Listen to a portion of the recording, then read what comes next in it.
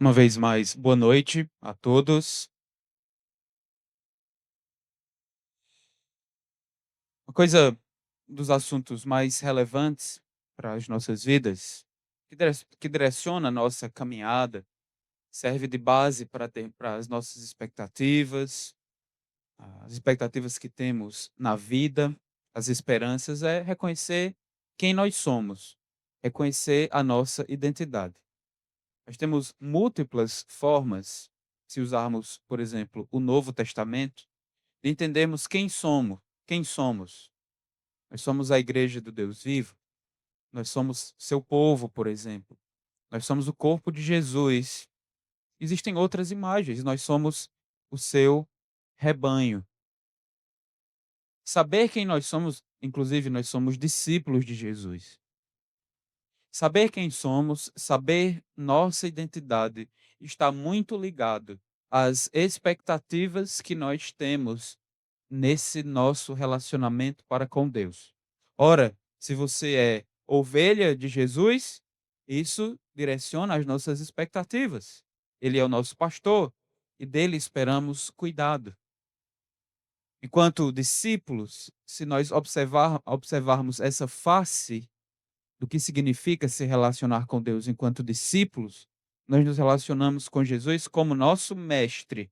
Dele nós aprendemos como viver, nele nós aprendemos aquilo que devemos crer. A vida com Deus, ela é vista no Novo Testamento sob várias faces. Cada uma delas comunica as nossas expectativas, as expectativas desse relacionamento para com Deus.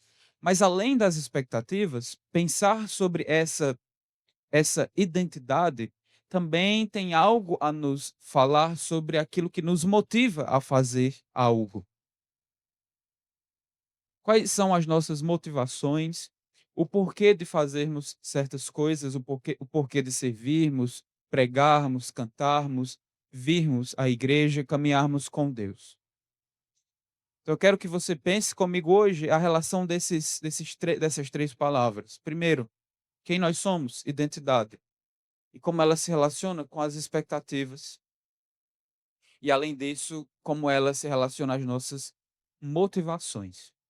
O tema da mensagem de hoje é que todo discípulo de Jesus é um servo. Eu peço que você então abra sua Bíblia no texto do Evangelho segundo Lucas, capítulo 17.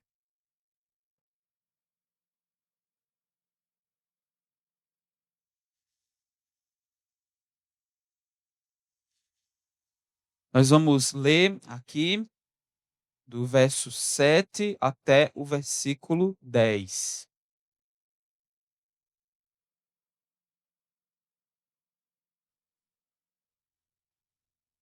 Evangelho segundo Lucas, capítulo 17, verso 7 até o 10.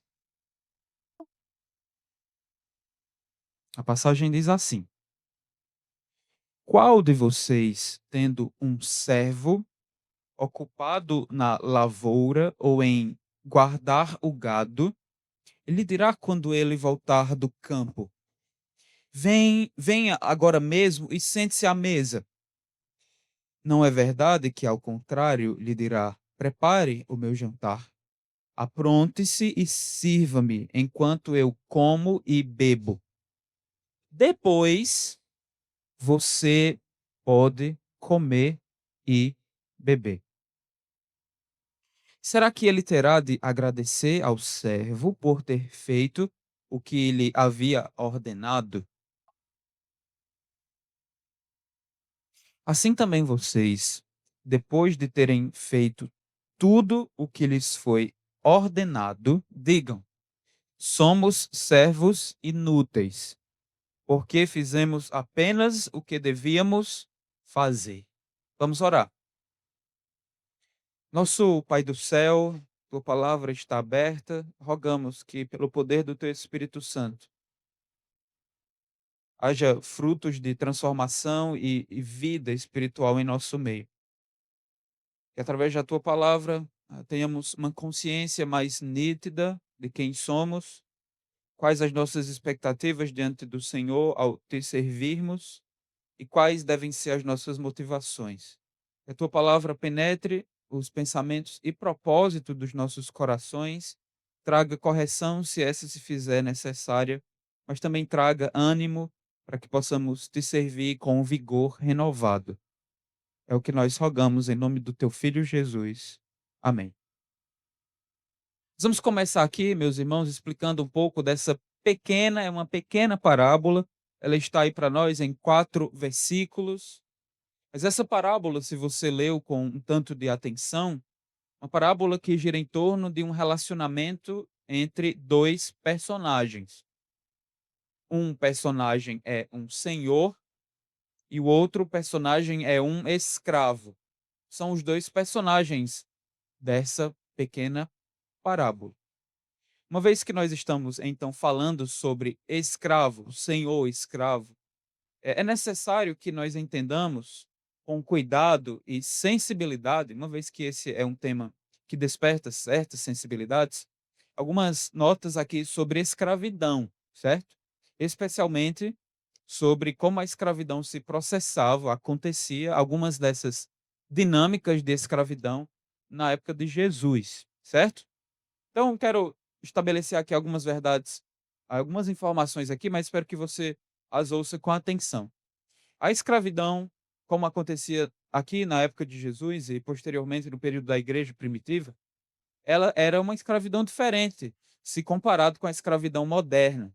A escravidão que se estendeu ali do século XV ao século XIX, ali motivado pelo mercantilismo, aquelas potências coloniais europeias, tráfico negreiro, é basicamente uma escravidão racial envolvida com o continente africano, ou pelo menos boa parte dele. Não pensemos nós em um tipo de escravidão assim, né? Racial, generalizado, um comércio global de escravos. Mas a escravidão na época de Jesus tem um contexto social e estrutural, mas a escravidão estava profundamente enraizada no mundo romano, no qual a região em que Jesus vivia, não é? Judéia, Galileia, estava inserido. A escravidão era uma instituição legal, base da economia, e era presente em várias esferas, era visivelmente presente. A escravidão os escravos não constituíam uma pequena parcela da população, mas a escravidão, a essa época, era uma realidade que permeava quase todos os aspectos da vida social. Havia uma proporção muito alta de escravos na população. Não é à toa que, posteriormente, né, o número de cristãos desses primeiros séculos era constituído amplamente por escravos. Isso porque, proporcionalmente falando, a porcentagem de escravos no mundo romano também era alta. A, a escravidão, pensando aqui na passagem, né, ela se caracterizava pela completa e restrita sujeição daqueles que, por alguma razão, perdiam a sua liberdade, aqueles que eram os não livres. Essa liberdade podia ser perdida por meio de contrair-se uma dívida que você não pudesse pagar. A pessoa que não podia pagar uma dívida, ela pagava, se submetendo e perdendo a sua liberdade. O escravo poderia ser conseguido através de conquistas, e muitas vezes porque alguém nascia filho de escravos, também era escravo. Escravos eram vistos como propriedade humana, eram bens, objetos. Eles podiam ser vendidos, emprestados, herdados como herança e transmitidos como herança dentro de uma família.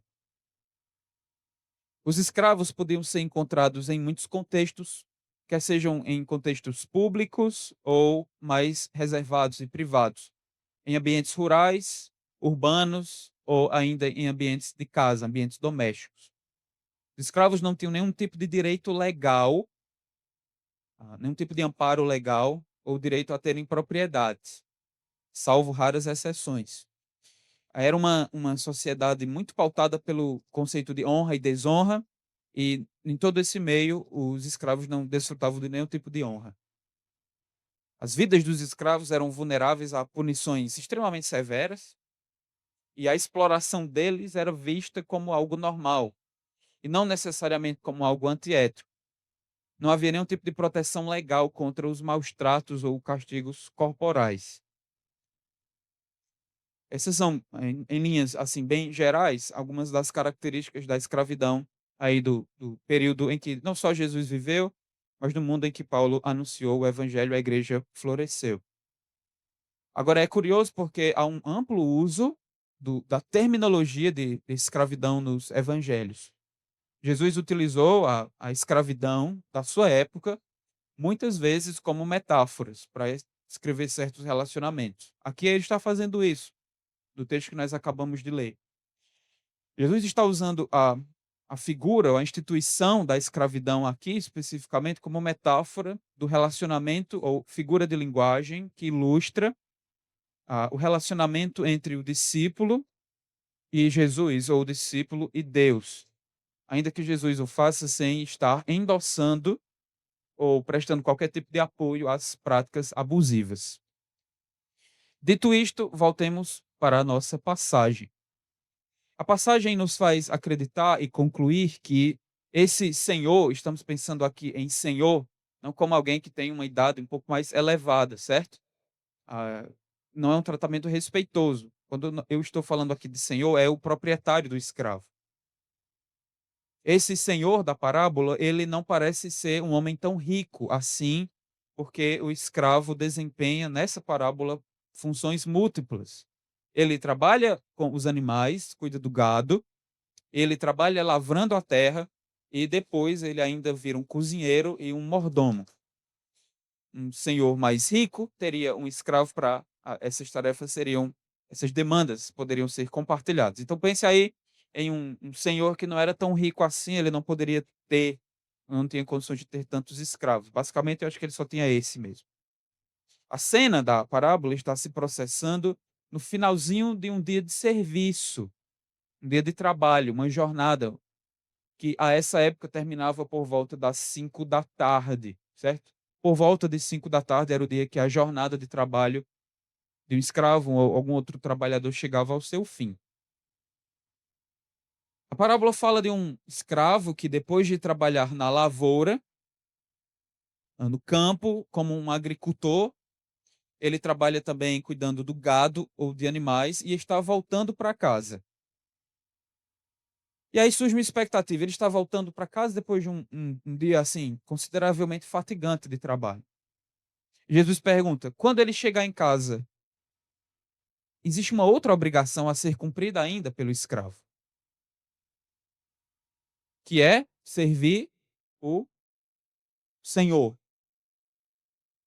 Então ele chega com certo cansaço, depois desse dia de trabalho, ele chega em casa. Mas ele ainda tem um dever a cumprir para com o seu senhor, que é preparar a refeição do seu senhor. E depois de preparar a refeição, ele ainda tem que servir a refeição ao senhor, ficar ali atento para colocar os pratos, os dispor na mesa rente ao solo. E então, só então é que o escravo poderia se alimentar. É isso que Jesus está descrevendo aqui enquanto cena. Depois de servir, já havia servido ao Senhor na lavoura e com os animais.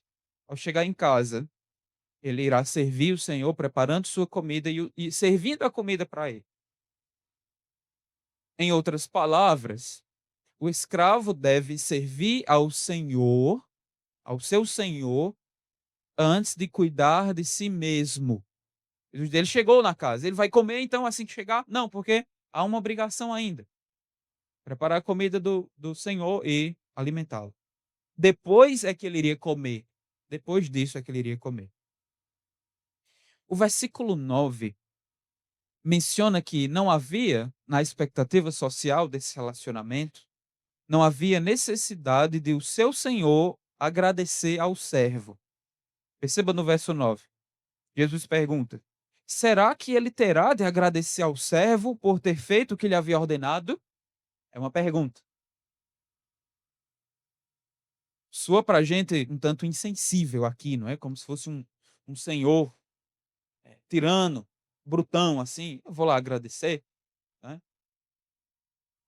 Parece aqueles camaradas do alguns, né, não estou dizendo de todos, do interiorzão, assim, né, que dificilmente agradecem ou demonstram algum tipo de afeto. Mas no contexto, meus irmãos, essa expressão agradecer, como está no verso 9, não está se referindo a uma expressão verbal de gratidão ou polidez social. A referência não é isso, não é um mero "obrigado", não é isso. Entender assim seria, transportar alguns conceitos modernos, atuais, para a passagem, né. A gente tem esse hábito de dizer: "Obrigado, obrigado", vai comprar um pãozinho ali na padaria, "Obrigado", "De nada". Mas não é bem isso que está acontecendo aqui. A ideia não é uma expressão verbal de gratidão, "Obrigado, meu escravo", ou um tipo de polidez, social. Mas essa expressão está muito vinculada ao fato de ou se referia a algum tipo de expressão que colocasse o senhor em algum nível, algum tipo, alguma categoria de dívida para com o seu escravo. Então, ao dizer aqui agradecer, o senhor estaria meio que dizendo: "Olhe, você me serviu e agora eu estou em uma posição de lhe dever alguma coisa. Eu contraí uma dívida com você porque você, ah, me serviu, fez ah, o que lhe havia sido ordenado". A pergunta, então, que orienta essa parábola, está fazendo a sua engrenagem girar, é a seguinte: será que o senhor, o dono do escravo, deve deve ao escravo algum tipo de privilégio especial, porque o escravo cumpriu os seus deveres diários? Essa é a pergunta. O escravo cumpriu os seus deveres diários, trabalhou na lavoura, cuidou dos animais, preparou a comida para o seu mestre, depois o serviu. Poderíamos dizer que esse escravo foi um bom escravo. Mas por ter sido, será que o seu dono e senhor deveria a ele algum tipo de tratamento diferenciado ou privilégio especial? É óbvio que a resposta para essa pergunta é não. A parábola está se baseando na observação de que um escravo que está simplesmente concluindo o seu trabalho não coloca seu senhor sob qualquer obrigação de recompensá-lo de alguma forma. Mais uma vez, o escravo que está concluindo o seu trabalho, fazendo o que lhe é ordenado, não coloca, por ter feito o seu trabalho, ele não coloca o seu senhor debaixo de qualquer obrigação. "Ah, eu servi bem a você, meu senhor, agora o senhor está em uma posição de obrigatoriedade de me recompensar", de forma alguma. E Jesus conclui a parábola com uma aplicação. Ele está pegando um recorte da realidade e aplicando agora para a vida do discipulado. E ele aplica então esse recorte à nossa vida e nosso intuito é entender como isso molda quem entendemos quem somos, as nossas expectativas ao servir o Senhor Jesus, aquilo que nos motiva para tanto.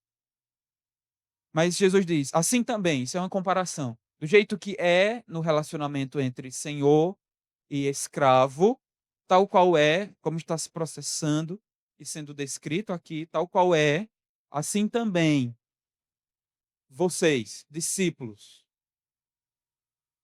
Então, há algo que nós devemos aprender sobre esse relacionamento, algo que deve moldar as nossas expectativas e motivações enquanto discípulos de Jesus. Assim também vocês, discípulos, aqui isso aplica a nós diretamente. Assim também vocês, depois de terem feito tudo o que lhes foi ordenado, digam: nós somos servos inúteis, porque fizemos apenas o que devíamos fazer. Deixe-me trabalhar então melhor essa aplicação, feita pelo próprio Jesus, e esclarecê-lo. Mas antes disso, é interessante notar que um dos traços marcantes, uma característica essencial de um escravo, e isso deve ser abraçado aqui por nós, é que o escravo ele é caracterizado aqui como aquele que faz tudo o que lhe é ordenado. Está pressuposto aqui que o discípulo de Jesus, ele busca, procura, de algum modo, fazer tudo o que lhe é ordenado. Isso aqui é uma espécie de mina que implode qualquer tipo de pretensão seletiva na nossa obediência a Jesus. Talvez seja um dos grandes problemas que muitos de nós enfrentamos ou enfrentemos em nossa vida, é sermos discípulos seletivos, que só obedecem quando é conveniente, quando é cômodo, quando envolve sacrifícios mínimos. Mas aqui, Jesus nos instrui que discípulos não devem ser seletivos na obediência. Jesus espera que os seus discípulos o obedeçam de um modo integral, sem reservas, sem ressalvas. Isso aqui deve servir de alerta e autoexame para as nossas vidas. Nós não devemos ser discípulos seletivos. Não, aqui é legal obedecer, não me custa tanto. Não parece ser tão penoso aqui, aqui dá. Mas quando começa a pesar e começa a soar um tanto difícil, isso aqui não. Isso aqui talvez seja para uma outra categoria de crente, para mim não. Os escravos, e aqui eu quero explicar essa expressão, eles enxergam a si mesmos como pessoas inúteis. Você pode pensar, ao ler essa parábola, que Jesus está orientando os seus discípulos a terem uma atitude que nós conhecemos como autocomiseração, não é? De você ficar sentindo uma espécie de pena de si mesmo, atribuindo a si qualidades, atributos, adjetivos que lhe depreciam. Ah, eu sou uma pessoa inútil mesmo, né? Então imagine, aí você, um irmão aqui da igreja, quem sabe Daniel, Natan, Keila, cantaram bem, e eu chegasse e dizer: "Ô Natan, graças a Deus por isso", e Natan dissesse para mim: "Não pastor, eu sou um servo inútil, não me agradeça não". Ah, não é esse tipo aqui de orientação que Jesus está comunicando. A ideia de inútil é: eu não devo nada. Nós podemos entender assim. É como se o escravo, depois de ter feito tudo o que foi ordenado, ao referir a si mesmo como inútil, ele está dizendo: Senhor, eu te servi aqui, mas o Senhor não me deve nenhum favor agora. Eu não mereço, o Senhor não me deve nenhum favor. É isso que está sendo comunicado com a expressão inútil. É uma forma de se relacionar com Deus, depois de ter obedecido, cumprido a sua vontade, feito o seu querer, nós nos chegamos diante dele dizendo: Senhor, o Senhor não me deve nada. É isso que está sendo comunicado com a expressão servo inútil. Não é alguém que não é um servo, que não serve para nada, ou escravo sem nenhum valor. É inútil enquanto, por ter servido, feito tudo o que me foi ordenado, o meu Senhor não me deve nada. Não estou em posição de ditar ordens, em fazer demandas, em estipular recompensas. Eu te servi e fiz o que era ordenado. O escravo enxerga a si mesmo como aquele que que não fez com que Deus contraísse dívidas, porque ele obedeceu a Deus. Ele não é ele não é credor de Deus, né? Mas o escravo também reconhece ter feito o que devia fazer, o que devia fazer. Terminando o versículo 10, depois da expressão do reconhecimento de serem servos inúteis, o texto continua dizendo: nós fizemos apenas o que devíamos fazer. Essa expressão aí, devíamos, ela tem a ver com aquilo que é esperado socialmente em determinado tipo de relacionamentos. Especificamente aqui, o relacionamento e as expectativas sociais que orbitavam o relacionamento entre senhor e escravo.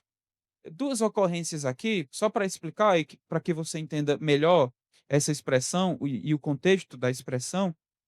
Por exemplo, você não precisa abrir sua Bíblia, mas ouvir com atenção. Em 1 Coríntios capítulo 7, verso 3, Paulo está orientando marido e mulher a que eles não devem privar-se um ao outro de relacionamento sexual. O marido não pode dizer não à esposa e a esposa também não pode dizer não ao marido. O corpo do esposo não é dele, é da mulher. O corpo da mulher não é dela, é do marido. A abstenção sexual só deve acontecer a partir de consentimento mútuo e por um período muito breve de tempo. Os casais não devem ser abstêmios na relação sexual, porque isso dá brecha a ataques diabólicos no casamento. E Paulo diz em 1 Coríntios 7:3, o marido conceda à sua esposa o que lhe é devido. É a mesma expressão aqui para o que o escravo diz para o senhor. Eu fiz o que devia fazer. No relacionamento de senhor e escravo, era isso que o escravo devia fazer: servir bem ao senhor, colocar a vontade do senhor como primazia sobre a sua, o conforto do senhor acima do seu próprio. Era isso que era esperado socialmente. Assim como é esperado socialmente que o marido conceda à sua esposa aquilo que é devido. Eles têm algum tipo de norma, de expectativas sociais e aqui também expectativas bíblicas. Não é só o marido que concede à esposa o que é devido a ela, porque está casado com ela. Ele colocou-se num relacionamento de aliança com a esposa. E agora, por causa que ele se colocou nesse relacionamento, ele tem deveres diante do próprio Deus e com o cônjuge. Eu tenho deveres aqui. Você escolheu casar, então agora você tem deveres dos quais você não pode se abster ou fugir. Isso se aplica tanto a homens quanto a mulheres. Paulo ainda diz em 2 Coríntios 12:14, falando sobre uma coleta e de igrejas abençoando financeiramente outras, ele diz assim, ó: os filhos não devem entesourar para os pais, mas os pais para os filhos. A mesma expressão aqui que aparece, dever. Já não estamos falando aqui de um contexto de escravo, senhor, marido e mulher, mas de pais e filhos. E aqui Paulo indica que não é que os filhos entesouram herança para os pais. Normalmente, são os pais que juntam herança para os filhos. Mas perceba então, para entender que o dever aqui, olhe, o escravo diz para o seu senhor, o discípulo a Deus: Deus, estamos em um relacionamento aqui e esse é nosso dever. E nós fizemos aquilo que deveríamos. A essa altura, você já deve ter concluído, como o Senhor Jesus nos ensinou, que todo discípulo de Jesus é um escravo. Todo discípulo de Jesus é um escravo e deve ver, enxergar a si mesmo como um escravo. Então, meus irmãos, isso aqui é importantíssimo. Embora possa soar aos nossos ouvidos um tanto antiquado e talvez até constrangedor, mas é bem verdade, e está sendo estabelecido aqui, que ser discípulo de Jesus inclui reconhecer-se como escravo de Deus, ou escravo do próprio Jesus. A figura do escravo aponta, nos faz entender que no relacionamento que temos com Jesus, nós devemos demonstrar, apresentar submissão total e restrita, sem ressalvas e reservas ao seu senhorio. Ele é o nosso Senhor. Não é à toa, meus irmãos, como talvez você já deve observado, e talvez não, porque as nossas traduções não favorecem, mas essa é uma das formas preferidas do apóstolo Paulo referir-se a si mesmo, na introdução das suas cartas, não é? Ele diz: Paulo, escravo de Cristo. Ele é meu senhor, ele é meu dono. Eu sou escravo dele. Perceber-se avaliando-se como escravo de Deus também significa para nós que a vontade do nosso Senhor tem prioridade absoluta sobre a nossa. Uma vez que a vontade do Senhor tinha prioridade absoluta sobre a vontade do escravo. A vontade de Jesus deve ter, idealmente, prioridade absoluta sobre a vontade de nós que somos seus discípulos. O escravo de Cristo, não age motivado apenas por conveniência, mas por obediência. Como já mencionamos anteriormente, a submissão a Cristo precisa ser integral e não seletiva. A obediência do discípulo escravo precisa ser completa, precisa ser incondicional. O discípulo escravo não escolhe obedecer apenas quando é cômodo, conveniente ou favorável.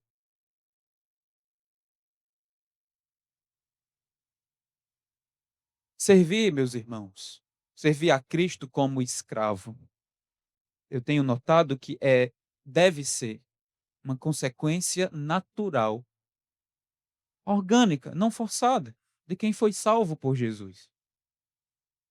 Ainda que eu não possa mencionar aqui, mas eu me lembro, enquanto eu estava preparando a mensagem, de alguns filmes que eu assisti, e geralmente filmes que se passam na antiguidade, ou talvez avançando um pouco mais na história, até a época da Idade Média. E você tem lá alguns personagens e um determinado personagem salva a vida de outro, né?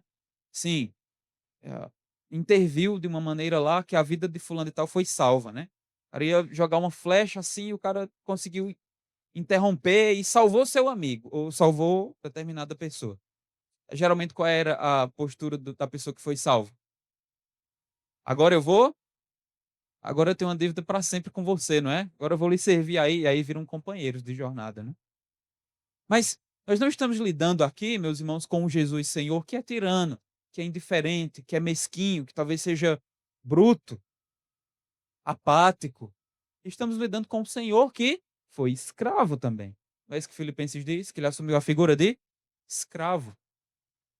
Estamos pensando aqui no serviço de um Senhor que entregou a sua vida, que derramou seu sangue, que morreu, assumiu a dívida, a culpa, a ira, o castigo em nosso lugar, em nosso favor, que demonstrou de maneira irrestrita e absoluta o seu amor. É um serviço natural, é um serviço de conquista, de um coração conquistado pela demonstração bela desse amor demonstrado. Não é nada forçado aqui. É uma escravidão que eu chamo de escravidão voluntária, em que o nosso coração é cativo, primeiro. Nosso coração é cativado, feito prisioneiro desse amor. Não servimos porque é difícil, é pesado, é duro, terrível, é penoso, de jeito nenhum. Servimos porque estamos respondendo ao amor de Cristo.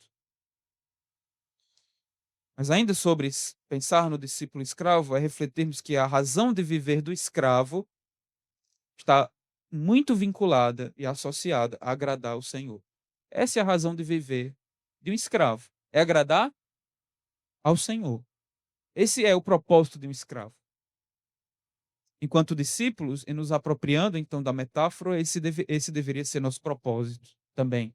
Agradarmos o Senhor. E é muito evidente aqui, meus irmãos, que para agradar ao Senhor Jesus, nós precisamos ser, de maneira simples aqui, aqueles que conhecem a sua vontade. É muito básico aqui que para que se obedeça ao Senhor, você precisa primeiro conhecer o que ele quer. Você não conhece o que Deus quer fazendo consultas misteriosas, mágicas, abrindo a Bíblia em páginas aleatórias, fazendo nenhum tipo de prova com Deus. Você conhece a vontade do seu Senhor? Nós conhecemos a vontade do nosso Senhor. Como? Como nós descobrimos aquilo que dá prazer a Cristo, nosso Senhor, nós escravos? Como nós sabemos o que dá prazer a Jesus e satisfaz seu coração? Como nós podemos discernir aquilo que dá desgosto a Cristo como nosso Senhor? Como? Há um caminho misterioso, obscuro, esotérico. Ele é do tipo que fica calado, como o marido ou esposa, com raiva do cônjuge, não quer dizer nada a fim de que o outro adivinhe. Não. Ele revelou seu querer. Está aqui na Bíblia. revelado a nós o seu querer, a sua vontade. Está aqui, ele não fica escondendo, não faz nenhum tipo de joguete aqui. Ele diz o que quer, aquilo que lhe dá prazer, aquilo que lhe dá desgosto. As Escrituras, sejamos aquele tipo de discípulo escravo que nos esforçamos, empreendemos energia para conhecer Sua vontade e, conhecendo, cumpri-la. Mas não é tudo o que há para dizer dessa parábola. Mas sobre isso é importante pensarmos aqui. Como nós estamos lidando com os nossos desejos e vontades? É importante pensarmos nisso. Deus nos dotou de desejos, paixões, interesses, vontades, gostos. Todos nós temos aqui isso. Isso aqui é uma faculdade humana das mais básicas. Todos temos desejos e vontades. E talvez de um modo não tão acertado, nós julguemos que essa metáfora do que Jesus é nosso Senhor e nós somos escravos, talvez nós cheguemos a uma conclusão equivocada que Jesus agora quer que nós anulemos os nossos desejos. Não, eu preciso anular a minha vontade e então seguir a Cristo. Preciso anular o meu querer. Mas eu tenho pensado que o caminho bíblico para o serviço a Cristo não tem tanto a ver com anular os seus desejos, mas chegar-se a Deus pedindo que Ele renove os seus desejos. Deus, me dê desejos que sejam compatíveis com o teu querer. Eu quero ser um discípulo escravo que deseja, tem prazer e se empolga com aquilo que te empolga. Eu também quero ser um discípulo escravo que tem desprazer e desgosto com aquilo que também te traz desprazer e desgosto. Então, entenda aqui que não é que você vai anular a sua vontade, mas pedir para que Deus a transforme. Nesse processo, é evidente que 2 passos precisam ser tomados, e um deles é negar os desejos contrários à vontade de Deus, e o outro passo é clamar pela transformação do seu desejo. Deus, transforma o meu coração para que eu pare de querer fazer aquilo que o Senhor não quer que eu faça. E por outro lado, para que o Senhor me faça querer fazer aquilo que o Senhor tem prazer. O que também nos leva a pensar e refletir sobre para quem nós estamos vivendo, em função de quê? Quem ocupa o centro da nossa vida? Isso porque, meus amados irmãos, a nossa identidade como escravos de Cristo exige e demanda, de modo irrestrito, que nossa vida gire em torno dele e não de nós. Mas ainda a parábola fala sobre não apenas, não é, como nós tratamos até aqui, todo discípulo é um escravo. Isso tem a ver com a nossa identidade. Mas precisamos falar agora da nossa motivação e daquilo que nós julgamos ser nossa recompensa. Isso é importante, meus irmãos, à luz do ensino maior de Jesus, porque enquanto ensinava, Jesus orientou que obedecer e agradar a Deus não são elementos que dizem respeito apenas às nossas ações, aquilo que nós fazemos de modo exterior, que é expresso, que é visto, mas uma preocupação legítima de um discípulo de Jesus é cuidar das motivações, o porquê de estarmos fazendo certas coisas. Isso também porque Deus, o Deus a quem servimos, né, ele sonda, ele sabe e avalia o porquê de estarmos fazendo o que fazemos. Jesus não está preocupado só com a ação, mas também preocupado com a motivação. É por isso que a questão dessa passagem que lembro, dessa pequena parábola, é: o que é que está nos motivando a servirmos? O que é que está nos motivando, abastecendo, servindo de combustível para a nossa obediência a Deus? Esclarecer ainda aqui que a passagem, também se comparada e colocada ao lado do ensino de Jesus, não está dizendo que os discípulos não serão recompensados por Deus, como se Deus fosse um senhor severo, insensível e ignorante. Inclusive em Lucas capítulo 12, verso 37, alguns versículos antes, Jesus falando sobre o seu retorno, ele fala do retorno como a volta de um senhor de escravos à casa.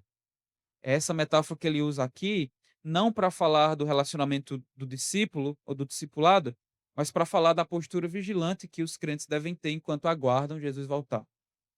Ele diz assim, em Lucas 12:37, fazendo uma completa inversão de expectativa. Ele diz assim: Feliz os servos, os escravos, cujo senhor os encontrar vigiando, quando voltar.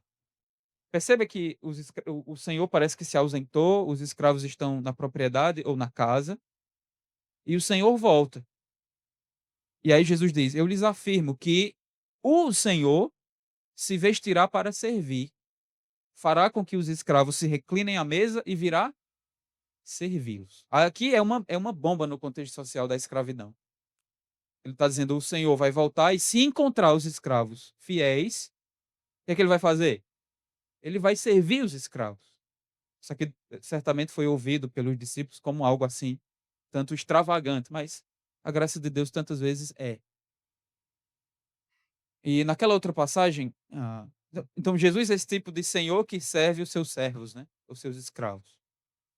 Mas ainda uma outra passagem em Mateus capítulo 19, o contexto é, você talvez recorde, em que Jesus aborda o homem rico, ou melhor dizendo, o jovem rico aborda Jesus. Diz: olha, Jesus, o que é que eu devo fazer o que é que eu devo fazer de bom para herdar a vida eterna? Jesus diz: bom só há um, mas se quiser ter a vida, vai, vende tudo que tem, dá aos pobres, depois segue-me, né? O jovem não consegue se desapegar do seu ídolo, as riquezas, e ele não segue Jesus, não. E aí os discípulos dizem: mas Jesus, aliás, Jesus diz: olha, para um rico é dificílimo entrar no reino, né? É mais fácil um buraco entrar no buraco de uma agulha. E os discípulos dizem: Jesus, quem entrará sendo assim? E Jesus diz: para os homens é impossível, para Deus não. E Pedro pergunta: olha, Jesus, nós deixamos muita coisa para te servir. Nós abandonamos profissões e talvez ali o afago da família, a casa paterna, e estamos te seguindo. E aí, o que é que há de nós? Jesus diz: aqueles que deixaram casas, irmãos, pai, receberão 100 vezes mais e herdarão a vida eterna. E uma última passagem é aquela também da parábola dos servos dos talentos. E o Senhor recompensa o servo fiel, dizendo: muito bem, servo bom e fiel. Você foi fiel no pouco e eu porei sobre o muito. Venha e participe da alegria do seu Senhor, ou entra no gozo do seu Senhor. Então, perceba que, à luz do ensino de Jesus, o Senhor, ele como Senhor, recompensa os seus escravos fiéis. A entrada no seu reino é uma recompensa. As bênçãos de receber 100 vezes mais ao ter deixado ou feito certas renúncias, e receber inclusive a vida eterna, são recompensas. Essas são recompensas. Então, o escravo serve a Jesus com esse tipo de expectativa também. Agora, o que essa parábola está nos ensinando, meus irmãos, é termos uma postura saudável, biblicamente orientada, sobre essas expectativas. É certo que essas promessas existem, é certo que existem promessas de recompensa, mas nós jamais deveríamos atrelar promessas de recompensa ao nosso serviço fiel, como se Deus agora estivesse numa posição de nos dever algo. É isso aqui. E a pergunta então que nós devemos fazer para nós é: por que estamos servindo a Cristo? Ela se faz necessária e relevante porque nós estamos ou somos vulneráveis a termos nossas noções de recompensa maculadas por motivações equivocadas. Há tantos que obedecem a Deus e servem a Deus esperando dele. Olha, Deus, eu fui fiel aqui ao Senhor, eu tenho te servido ao longo de anos a fio. E muitas vezes nós esperamos o quê? Algum tipo de recompensa financeira, né? Imediata, que venha via prosperidade, sucesso nos negócios. Ou tantas vezes nós servimos e obedecemos a Deus com expectativa equivocada, maculada de reconhecimento, Não, eu quero ser elogiado porque sou alguém piedoso, porque ocupo algum tipo de cargo de liderança, ou sirvo na igreja, sirvo a Cristo servindo a igreja. Embora isso aqui tenha muito a ver com relacionamentos interpessoais, mas quando alguém serve, obedece a Deus, esperando ser tido como, olha, ali é uma pessoa santa, ali é uma pessoa piedosa, e receber algum e servir em busca desse tipo de elogio humano, está esperando de Deus a quem serve, esperando que o seu Senhor compartilhe a sua glória com esse que está servindo. Esse seria o tipo de pagamento esperado, de alguém que serve apenas por reconhecimento. Eu quero que meu Senhor me recompense com glória, ou compartilhe um pouco da sua glória comigo. Ainda equivocadamente, tantos podem trocar ou querer servir, esperando trocar serviço a Deus por bênção. Tipo, pai, se eu for fiel, Deus vai me dar um casamento feliz. Isso nem sempre acontece. Se eu for fiel, Deus vai me dar filhos abençoados. Também nem sempre acontece. Ah, se eu for fiel, Deus vai abrir as portas da minha vida. Eu vou ter excelentes oportunidades. Nem sempre acontece. Ainda há aqueles que querem servir a Deus para evitar sofrimento. Ah, se eu servir a Deus fielmente, Deus vai colocar um escudo aqui e vai me proteger contra doença, contra perda, contra injustiça, enfim. Ainda tantos, esse aqui é um risco sutil, meus irmãos, que muitas vezes obedecem a Deus, servem, mas aguardam gratificações imediatas. Eu preciso só me demorar um pouquinho aqui nesse tópico. Existe um livro, eu já devo ter mencionado ele aqui para os irmãos. O nome desse livro é Purificando o Coração da Impureza Sexual. Esse livro, como o título já sugere, trata de pecados sexuais, inclusive no contexto da igreja. É um dos livros que mais me marcou e que serviu de orientação para eu lidar com algumas lutas e também aconselhar outros. Mas há um determinado capítulo do livro que o autor, salvo engano, John Street, fala que muitas vezes pecados sexuais acontecem na vida de alguém porque geralmente acontecem depois de um período que você se dedicou muito. Por exemplo, rapaz, eu servi a Deus numa conferência, aquilo ali foi desgastante para mim. Eu servi muito a Deus, me dediquei muito. Aí nosso coração começa a pensar: você merece uma recompensa, uma gratificação, um sentimento de prazer. Isso pode ser também acontecer na nossa vida depois de uma jornada de estudo intensa. Rapaz, eu estudei tanto para um concurso, agora eu mereço uma folguinha. E às vezes, essa folguinha, nesse esperar uma folga, uma gratificação imediata, aí que o desejo por pecar brota. Não é em vão que os dados mostram que muitos pastores caem em pecados assim, de adultério, depois de, por exemplo, conferências. O camarada foi para uma conferência, pregou bem lá, e tudo, às vezes longe da esposa, e aí, mas eu preguei bem, foram 2 dias aqui de estudo, eu estudei ao longo da semana, me entreguei aqui a esses sermões, e agora eu mereço, quem sabe, né. Nem sempre é um pecado, às vezes é uma pizza, mas não tem problema não, né. Desde que não seja, muita pizza para você ficar empanturrado, né, e se gratificar através de um prazer, ah de comer, não é. Mas é uma tendência no nosso coração esperarmos essas gratificações, não é. E precisamos ter cuidado aqui de não acharmos que se eu servir a Deus, me dediquei a Deus, foi uma semana intensa, um final de semana, eu mereço uma gratificação imediata. É chegar para Deus com essa atitude: "Deus, eu fiz o que devia fazer. Eu não eu não devo exigir e nem devo deixar que meu coração fique aí peregrinando atrás de alguma recompensa. Eu sirvo porque te amo.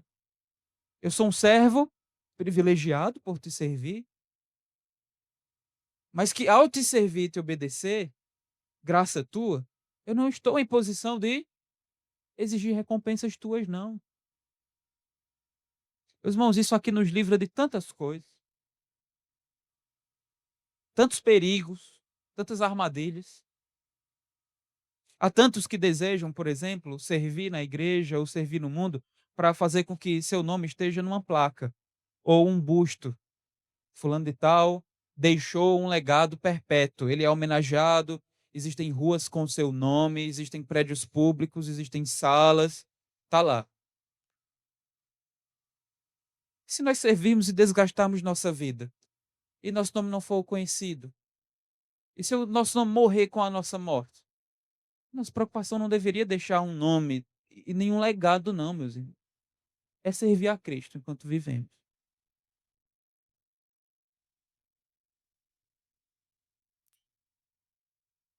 Então, meus irmãos, o que nós aprendemos aqui?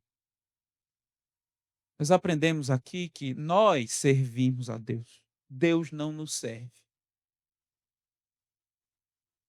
Nós servimos a Deus. Deus não nos serve.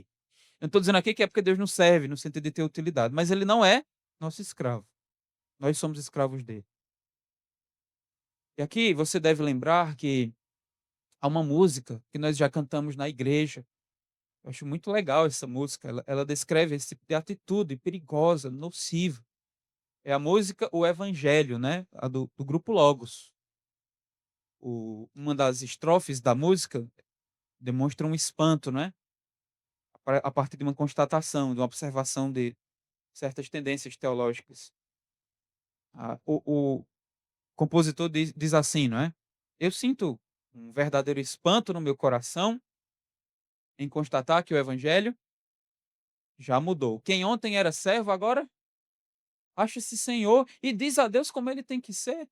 Olha, isso não é postura de escravo de Deus, não. Dizer a Deus como é que tem que ser. Eu sempre me impressiono com anúncios de igrejas, né? Que dizem: olhe, venha que quinta-feira o Espírito Santo vai curar. Vai curar quinta-feira? É tua agenda? O Espírito Santo está submisso à tua agenda, meu amigo? Tá louco? Não. E você marca data para o Espírito Santo agir, para o dia de cura? Que Deus é esse que se escraviza a seres humanos? Longe disso. E o escritor continua, o compositor, melhor dizendo. Ele diz: é por isso que eu não posso me esquecer. Sendo seu servo, não lhe digo o que fazer. Determinando ou marcando hora para acontecer o que sua vontade mostrará. Olhe, vai acontecer aquilo, Deus vai fazer isso na sua vida. Espera aí, rapaz. Nós somos discípulos escravos, não estamos nessa posição, não. Baixa o tom, cultiva a humildade no seu coração. Nós aprendemos aqui, meus irmãos, que nós não merecemos nada de bom da parte de Deus. Você pode dizer, mas o que é que eu mereço de Deus? Ah, se formos tratarmos de méritos, a notícia não é boa. Se você quer agora se relacionar com Deus a partir de méritos, o que é que nós merecemos? Juízo, ira, condenação, fogo eterno. É isso aí. Quer começar a lidar com Deus em termos de categoria de mérito? É isso que merecemos. Nós aprendemos ainda que nós jamais podemos exigir algo de Deus em troca de algo que nós fizemos para Ele ou por Ele. Nunca. Isso é o que eu chamo de teologia da barganha. É você fazer a lei como se Deus fosse o senhor do raidinho da feira de troca. Ele não é assim. Você vai ficar negociando com ele aqui. Portanto, é falsa e pecaminosa. Essa mentalidade é falsa e pecaminosa. Completamente falsa e pecaminosa, porque reduz o relacionamento com Deus a uma troca comercial. Que Deus deixa de ser fim e passa de ser meio para alcançar bens, status, posições, julgados por nós como privilegiados. Nós aprendemos ainda, meus irmãos, que as expectativas que temos a partir da nossa identidade, elas estão ancoradas em. Tem duas âncoras aqui que sustentam a nossa vida com Ele. Qual a primeira âncora das nossas expectativas? Primeiro, é a promessa de Deus. Primeiro, minhas expectativas desse relacionamento são ancoradas e firmadas pelas promessas que Deus faz. Eu só aguardo, eu só espero aquilo que Deus prometeu fazer. Se ele não prometeu, não há uma promessa bíblica evidente, clara, eu não espero. Ponto. Mas ainda a outra âncora que está aí moldando aquilo que esperamos do relacionamento com Deus é a graça soberana dele. A graça de Deus é livre. O amor de Deus é livre. Ele não é forçado, coagido e constrangido a agir, jamais, por nenhum de nós. A graça de Deus é livre. Deus é livre para ser gracioso. Alguns ele dá tanto, alguns ele dá tanto, menos do que esse. Mas Deus não tinha que dar nem para esse nem para esse. A graça de Deus não é forçada por ninguém. Deus é livre, é soberano para ser gracioso.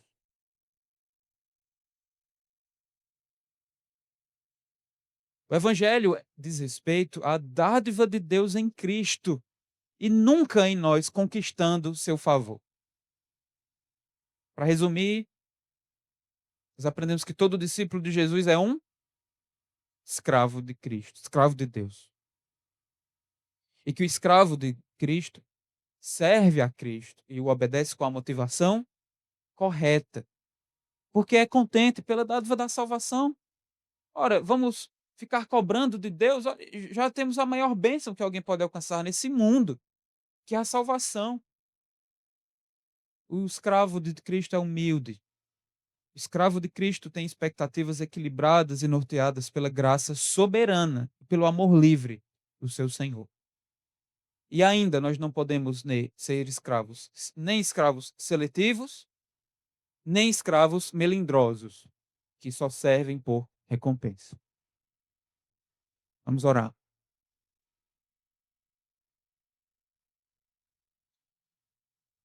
Senhor Deus, é privilégio que nós passaremos toda a eternidade para entendermos e abraçarmos. Privilégio de sermos chamados teus escravos, sermos escravos do teu filho, alcançados por teu amor, tendo os corações cativos a essa misericórdia e graça. Que a tua palavra e o teu Espírito Santo quebre tudo aquilo, Senhor, que em nossas vidas esteja impedindo a uma consagração mais plena, uma dedicação mais integral ao Senhor. Que o Senhor liberte-nos da preguiça espiritual, da apatia quanto à tua vontade, da inércia de, ainda que sabendo o teu querer, sermos demorados, lentos e estagnados quando pensamos em cumprir. Que o Senhor anime os nossos corações a partir do conhecer profundamente que somos teus escravos. Que a tua vontade, ó Deus, tem primazia, tem prioridade sobre as nossas. Nos dá coragem, Senhor, para fazermos as renúncias que nós precisamos fazer. Abandonarmos os pecados que precisamos abandonar. Ainda que sejam secretos, ainda que desconhecidos de tantos, mas certamente não dos teus olhos. Bem, nos ajuda, Senhor, a te servirmos, porque confiamos na tua graça. Nunca jamais exigindo recompensas, colocando o Senhor contra a parede, esperando que o Senhor nos abençoe em troca do nosso serviço. Nos dê, ó Pai, eu suplico, corações humildes, corações que servem porque te amam, que obedecem por terem sido conquistados por teu amor. É o que nós suplicamos a ti, ó Deus, em nome do teu Filho Jesus. Amém.